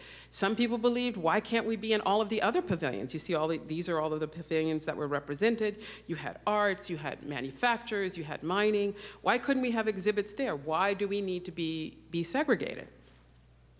But the governing board decided that they would accept the Negro Pavilion, and it became a highlight. And this is what the Atlanta Constitution said. The Paris Exposition had its Eiffel Towers, the World's Fair in Chicago had its Ferris wheel, but Atlanta had its Negro Building. So it was You know, it was a main feature of the fair itself. And the Negro building itself sat, there it is, it sat behind the Bawdy Midway Heights. It was near Buffalo Bill's Wild West show. So it wasn't sitting, this is where the main, see if I can get my, oh, nope, can't get. The main, you could see just toward the upper part of it, you could see where all of the main fairgrounds were, but the Negro building was still somewhat separated from it. And this is what it looked like. This was designed by this guy named Bradford Gilbert, much more simple lines than some of the other ones. And this was what was shown in it. And you could see the photograph in the middle. That was I. Garland Penn. He actually became the curator for this. And this developed under the stewardship of Booker T. Washington. He was a key player in establishing the Negro building.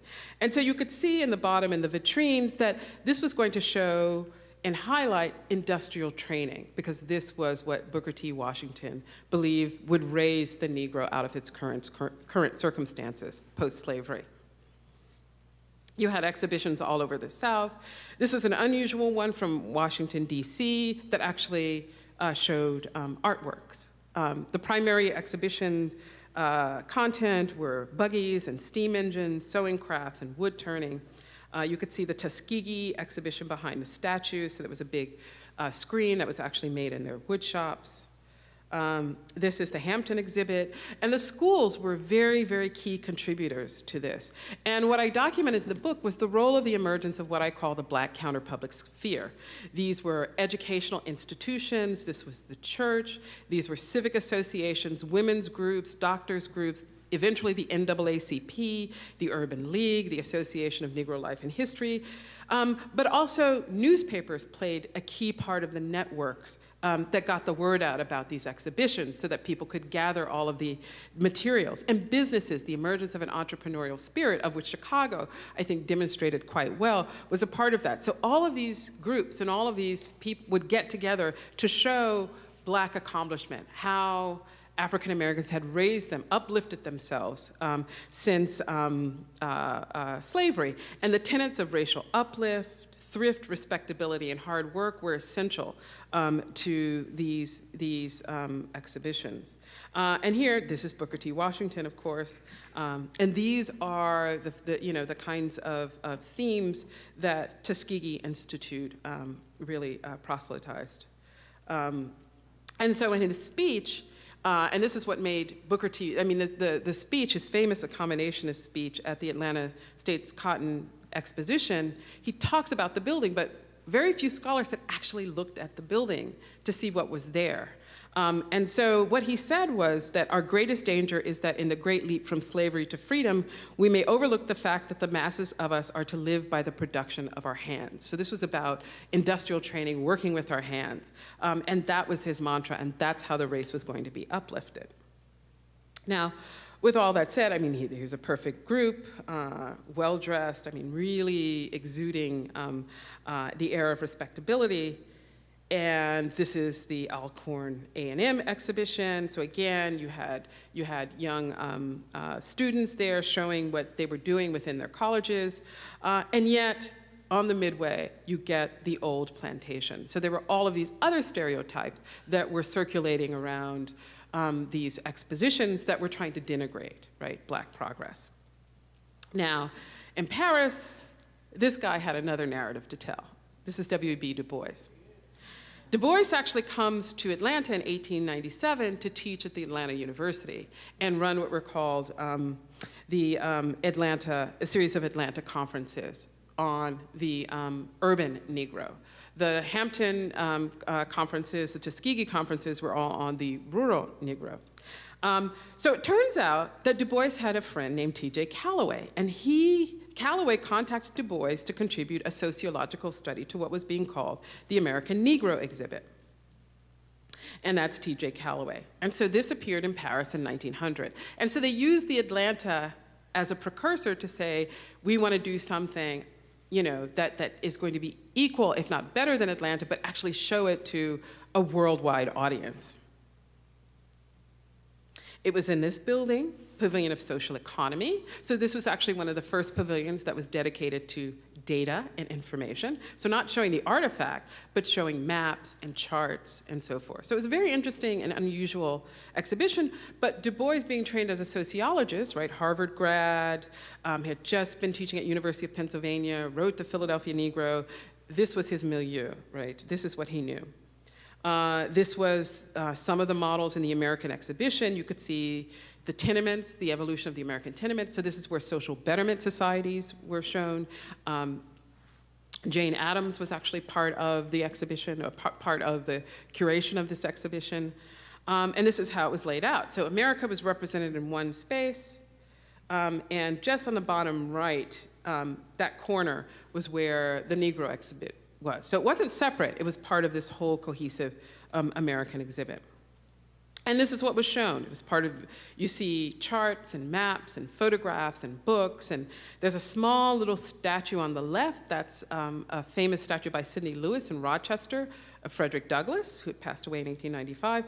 So it was gathering together. There was a really great librarian at the Library of Congress who collected books and musical scores and brought those to tell, okay, this is the poetry. Phyllis Wheatley was being represented here. These are the things that African Americans are producing, not just with our hands, but also with our minds. And that was very key to Du Bois's contribution. There were photographs that showed on the right, this was Bishop Grant in Atlanta and his well-appointed house, in contrast to the so-called poorer classes. So blacks were also buying into this notion of progress and advancement as well, right? So middle-class respectability that had its own sort of racial and gender biases. And so Booker T. Washington was front and center because he had helped get the monies for the exhibit. Tuskegee represented itself with photographs of what was going on there. And Du Bois submitted this really great project called the Georgia Negro. And it was brilliant because it was a series of plates that represented statistics about who the blacks were in Georgia and what they had accomplished. How much money did they have? And what was their educational status? They talked about miscegenation. I mean, there were all of these things that were being represented in the plates of the study. But what I think is remarkable is this first plate where you can see that Du Bois is situating Georgia not only within the US, but within this larger global context. So he's thinking about this on a global scale, and what I think is critical, the African diasporic scale. So he's thinking about this relationship to the Caribbean and Africa as well. And then on this, he writes that the pronouncement is the problem of the 20th century is the problem of the color line, which is this opening introduction, right, to the souls of black folks. But this actually appeared here first in 1900 on this sort of visual study. And they're just amazing graphics in and of themselves. These are in the Library of Congress. And typically you don't see these in color, so I was lucky I got them some scans of these to show how these were being represented. And these were drawn by Atlanta University students. All right, so there's that. So this is really important because I think what Du Bois was trying to prove was that blacks in America had elevated their status and would continue to advance their welfare despite toiling against the caustic effects of racial segregation and violence, which was a topic that Washington had avoided in his famous Atlanta Compromise speech before. So Du Bois was willing to confront in these statistics and in the Georgia Negro the problem of social and racial inequality head on. And he was willing to say that blacks are socially equal. African Americans were socially equal. Now, what happens after there were a series of Negro buildings, this American Negro actually appeared at the Buffalo, the Pan American Exposition in 1900. There was a group of black fair women that contacted Callaway and fought to actually bring it to Buffalo, which is a really amazing story. It also ends up at the Charleston Exposition, that West Indian International Exposition that I talked about in 1901 that Booker T. Washington helped organize, that Negro building. So this exhibition actually travels, and that was one of the things that I discovered in the research was that there were already networks of people in contact. So you start to see these same figures appearing again and again. Mary Church Terrell was a prominent figure in these exhibitions. And so right around 1910, there was a desire to commemorate the 50th anniversary of emancipation. Booker T. Washington went to DC, said, we want monies to have a national exposition, but the southern congressional representatives said, no way. We're not gonna celebrate our lost cause. You're not getting the money. Turns out Du Bois goes with somebody named R.R. Wright Sr. They get the same thing, no. It's interesting, Northern congressional representatives were like, okay, we'll see what we can do. We want to support you in this. But in the end, it was the Southern congressional representatives, both in the Senate and the House, that said, you're not getting the money. So what happened was that there were a series of major emancipation expositions organized by African-American communities in Chicago, Philadelphia, New Jersey, and New York, right around 1913 and 1915. And this is roughly about the time also that there starts to be a migration out of the South. These are Georgia tenant farmers. This is 1916, so they're starting to move northward.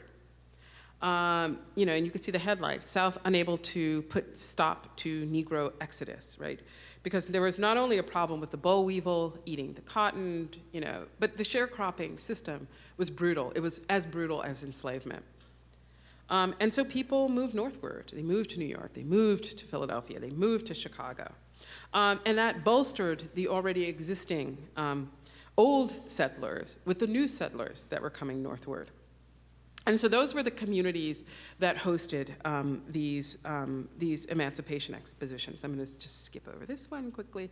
But this was the Atlantic City one. This was actually organized by a young sociologist named Alain Locke, who many of you may know, wrote The New Negro. But this was one of the first things he did after graduating. There was also one in Philadelphia, which was organized by R.R. Wright Jr., the son of R.R. Wright Sr., who R.R. Wright Sr. was involved with the Atlanta Negro Building. And what was interesting was a lot of the people that do these later expositions, emancipation expositions, had all been involved with the Negro buildings that were earlier on as well. And Du Bois is also involved in organizing these expositions. But nonetheless, even in the North, with the allocations of monies from the state legislatures that get these done, there was still pushback. How dare you darkies get $95,000? So this was the National Emancipation Exposition in New York City. These are the organizers. Many of them were newspapermen who ran newspapers. And Du Bois, you could see, is sitting in the middle, and he was asked to be the sort of curator of the content. It was held for a week in October in 1913 in the 12th Army Regiment in the San Juan Hill neighborhood. And it was an elaborate exposition that attracted over 30,000 visitors in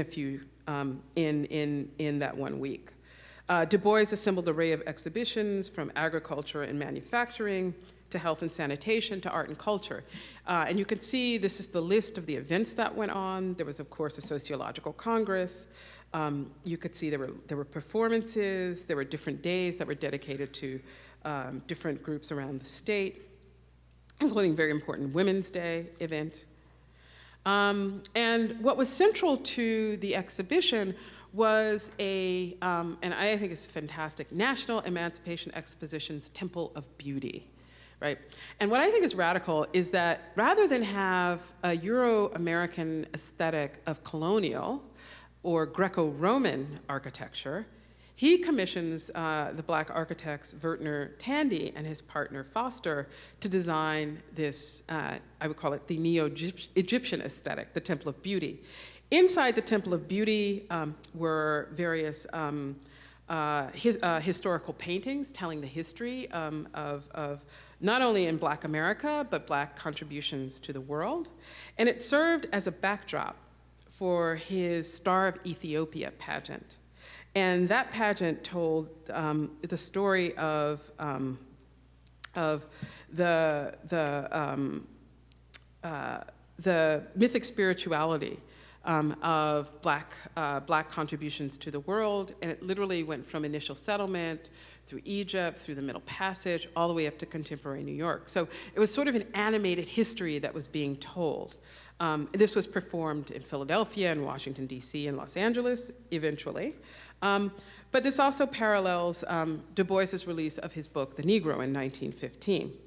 And so what was critical, I think, in Du Bois was, again, this sort of situating New York within a larger Pan-African history as well. And the last one of these larger emancipation expositions in the North was the Lincoln Jubilee, which was in 1915. In 1913, the Democratic governor, Dunn, had given monies to Bishop Archibald F. Carey, who was a graduate of Atlanta University, to do the National Negro Semi-Centennial Exposition, as it was originally called. And so this was staged in the summer of 1915. Now, what was interesting about this was the armory that it was actually held in. You could start to see some of the exhibitions. That circular structure in the middle with all the columns was a little pavilion dedicated to Abraham Lincoln. And at this point, Chicago had grown exponentially. It was 10 years into the 20th century, it was home to 40,000 Black residents. Out of a total population of 2 million. And they had already developed a social infrastructure of associations, businesses, and newspaper. And the area of where African Americans were centered was obviously, as you all know, called the Black Belt. And this was referencing the many residents' rural roots in the swath dark soil originally stretching from Alabama to Mississippi, so it was connecting north to south. And so you can begin to see some of the exhibitions that were shown at the fair, things like locomotives. Again, you have representations of art. This was from the Ohio contribution, so it was many of the Midwestern states that were being shown. These were some other exhibits that are showing different kinds of inventions. And this was an exhibition from Michigan that had Elijah McCoy and his various devices that were on show. Right? So they were showing all range of innovations. And I think this was important because I think Chicago had an emerging diverse sort of class structure where you had educated doctors and lawyers, you had barbers and waiters, artisans and teachers who taught at the high schools and the schools, but you also had many people who were working in the railroad and stockyards. There were laundresses and domestic workers, right? And they were all sort of part of this community, sort of limited in living in the Black Belt precisely because of covenants that did not allow them to live elsewhere in the city, and the sort of way in which the landscape of the city of Chicago was racialized to limit where blacks could live. Sorry, this is slightly out of focus, but this was another one that was signed that says equal suffrage, so women's rights was an important part of that narrative. And again, artwork was being shown to show that there was an aesthetic sensibility and a sense of representation of culture. There was this large, really fantastic chorus that would provide performances in the evening. And over 135,000 visitors came for the 3-week run of this particular exhibition. But also what was important that happened, do folks know? Yeah, of course. Carter G. Woodson. And Carter G. Woodson, which I think is pretty remarkable, came here basically to sell books and to sell pictures of people like Sojourner Truth and Frederick Douglass. And so he was part of the sort of entrepreneurial spirit that I think was central to this exhibition. Annie Malone and her famous Poro hair products was there. So it really, I think the Lincoln Jubilee highlighted how much that was a part of this growing and emerging Chicago community. And Woodson would found the Association for the Study of Negro Life and History while he was staying at the Wabash YMCA, where he conceived it with George Cleveland Hall and James E. Stamp.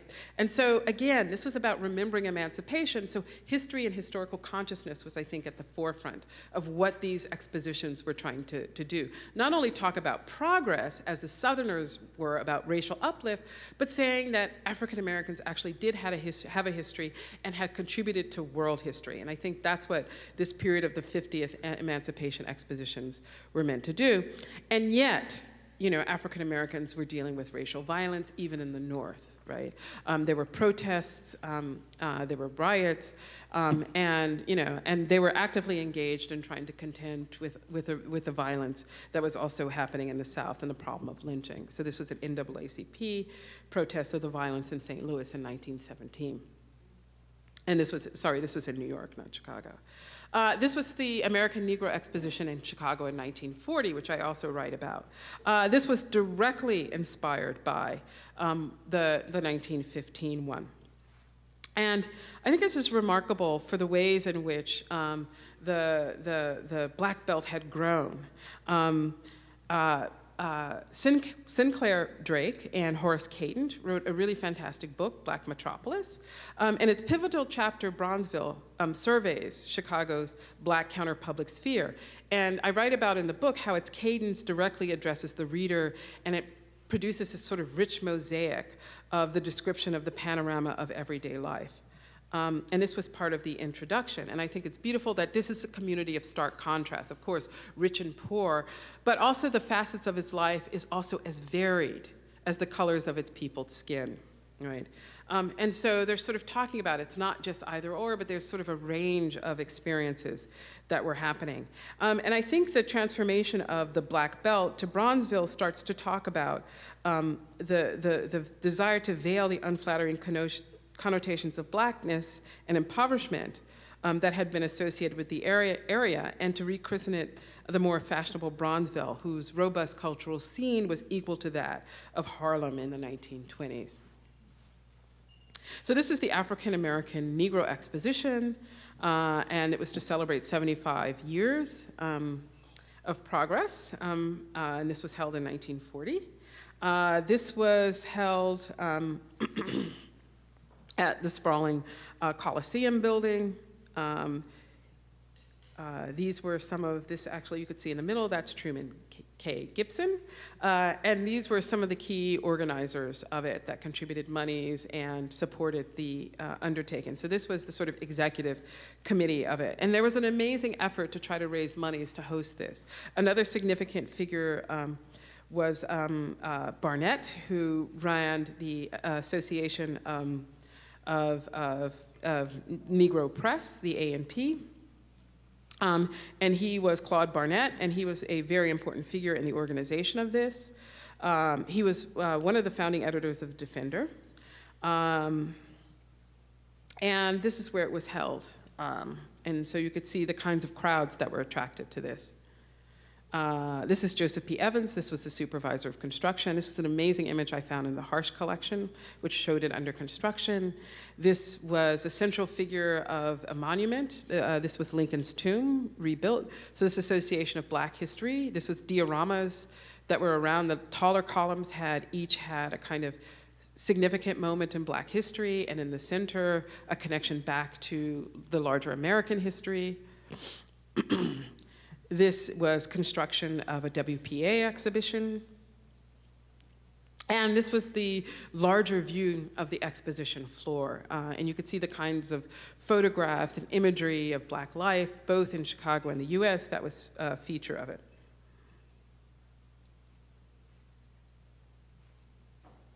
This was the figure determination that celebrated the Black worker and the resolve, because this was many of the people who were beginning to play the key part in organizing it was the cultural left, and they saw themselves as cultural workers. And so there was a kind of linkage between unionization, the labor movement, and cultural production, and they also played a key part in organizing the content of this. And some of those figures were an astonishing list of people. You had the sociologist Horace Caton, writers Arner Bontemps and Franklin Marshall Davis. You had artists like William Edward Scott, Charles C. Dawson, and Margaret Taylor Goss Burroughs, who is also a part of that. This was the Hall of Literature. In this space were Richard Wright and Langston Hughes gave readings along with Caton and Bontemps. These were murals painted by Edward Scott that showed likenesses of Washington, Du Bois, Sojourner Truth, Dunbar, Mary McLeod Bethune, and Phyllis Wheatley. So this was all sort of on the upper levels of the exhibition hall. So creative and cultural workers were, I think, a critical part in giving a sort of visual field to this exposition. And one of the key things was the Tanner Hall, the art hall. This was curated by Alain Locke. And in this hall, visitors were treated to works. There was actually a competition. So you could see works by Hale Woodruff, Elizabeth Catlin, Sargent Johnson, Archibald Motley, Robert Blackburn, Buford Delaney, James Porter, Jacob Lawrence, Horace Pippin, Romeo Beard, and Chicago's own Charles White. So these were all important venues for the showing of Black art. And throughout the Emancipation expositions and the World's Fair, they were platforms for the representation of culture and artistic production. So this is the art of the American Negro that came out of that. The last of the Centennial expositions were actually held in Chicago in 1963. Here, the McCormick Place, believe it or not. And that was a very different affair. Things had changed. It was organized by James Stamp, who was co-founder of the Association for the Study of Negro Life and History. Band leader Duke Ellington made a return appearance. He had been at the 1940, and he staged a show called My People. Martin Luther King actually came and did a tour of the exhibition in 1963, and Billy Strayhorn performed the part of My People that was a tribute to Martin Luther King. But this exposition failed to draw the projected crowd of 800,000 people. It only drew a disappointing 18,000 people. And as one of the promoters commented, the reason for the fair's poor attendance was that the Negro community is in no mood for retrospection, and the current racial stance is one of militancy for the present and ferment for the future. So by the 1960s, Black Americans were seeking new modes of direct action. They were no longer being patient and accommodating, and they wanted to forge advances in social justice and equality rather than fight for high-minded and well-worn platitudes of racial progress. So this is what some of the exhibitions might have looked like. I haven't been able to find photographs, but clearly protest, the civil rights movement, and all of that was at the forefront. So in came these grassroots Black history museums. Chicago's own Ebony Museum, which became the DuSable Museum, was a very important one. And I call this the first independent public Black museum in the United States. It was in Chicago in 1961. It actually, Margaret Burroughs, its founder, set it up in a residence on the South Side, and held a number of different sorts of exhibitions within the house itself and different forms of public programming. And again, there was a kind of linkage between the civil rights movement and also what was going on in Pan-Africanism, in Pan-Africanism at the moment. This is another exhibition. And then there was also, roughly around the same time, the International Afro-American Museum, which is now called the Charles Wright Museum. This had very similar beginnings. Charles Wright is there on your right side. He's holding the paper, founded by a group of community activists. Wright was an interesting figure. He was a doctor. He attended the wounded at the civil rights skirmishes in Montgomery. He traveled to Bogalusa, Alabama. He was originally from Alabama. This, just like the Ebony Museum, this was opened in a private residence in a Black community. It was called I Am, right? So it was a sense of consciousness. I am in the world. And it went out and it said, what do people have, what do you have in your attics? What do you have, how do we build our collection so that we can tell this Black history?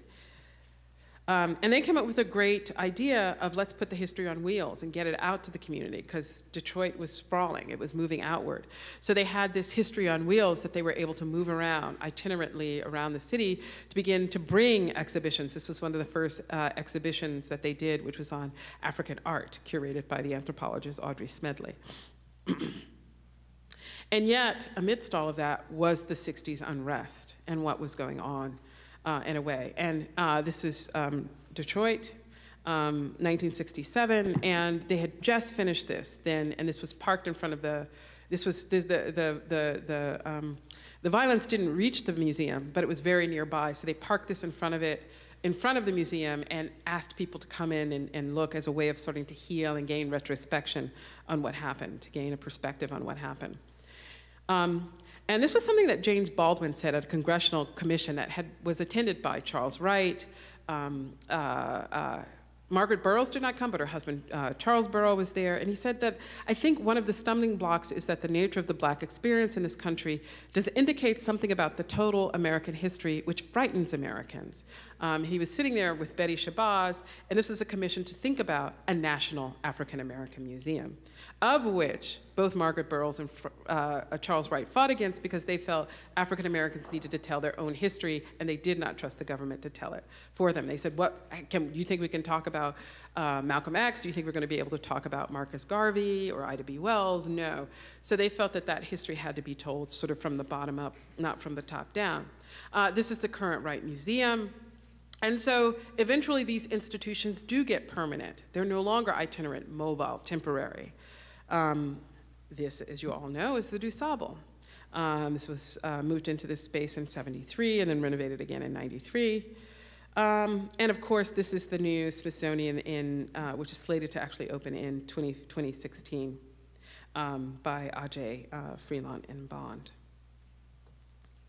And this is what Lonnie Bunch says about this, is that in many ways there are few things as powerful and important as a people, as a nation, that is steeped in its history. So he's thinking about the role of history and its connection to the nation, but he says it's really important that this institution set up a dialogue about race and begin to foster a spirit of reconciliation and healing. And so that's going to be the mission of the larger African American Museum, which in and of itself has its own history about trying to fight to literally claim that space. And I just wanted to end by saying these fights aren't over. This is the town of Kinloch, which is Missouri's first Black city. It was founded in 1890s, and it flourished all the way till the 20th century, until the city of St. Louis decided that its airport needed to expand its runways. So in the 1980s, the city started to buy up the property.